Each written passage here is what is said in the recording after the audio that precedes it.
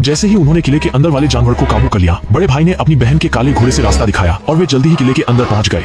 एक टोली ने महल का बड़ा दरवाजा धक्का मारकर खोल दिया और चारों तरफ लूटपाट शुरू कर दी। उन्होंने सारे खजाने लूट लिए, सोने की थालियां तक नहीं छोड़ी, यहाँ तक कि मूर्तियों की आंखें भी उखाड़ ली, बस उन कीमती रत्नों को चुराने के लिए।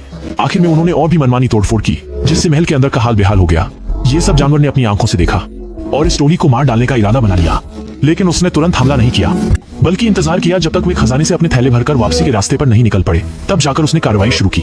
बस देखा कि एक दानव जमीन से उठ खड़ा हुआ, एक थप्पड़ जमीन पर मारा, जिससे एक डाकू गिर पड़ा, फिर उसे झट से पकड़ लिया और 100 मीटर ऊंचाई से जोर से नीचे फेंक दिया। डाकू होश में आई, फटाफट सबने मिलकर उस दैत्य पर हमला कर दिया। बारियस मिशन की चस्ती, लेकिन जैसे ही उसे पीछे धकेला, पास की फूलों की झाड़ियों से एक तालाब में से भी एक दैत्य पानी से बाहर निकल आया।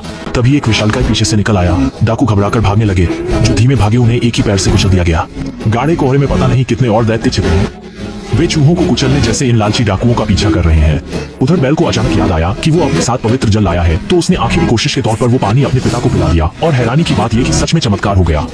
पिता होश में आ गए और उनका शरीर पूरी तरह से ठीक हो गया। लेकिन उसी वक्त जागे हुए तीसरे भाई ने उसे एक बात बताई। बड़े भाई उसकी घोड़ी पर सवार होकर किले में सामान लूटने चला गया। बैल ने जरा भी हिचकिचाहट नहीं की। उसने तुरंत किले लौटकर बड़े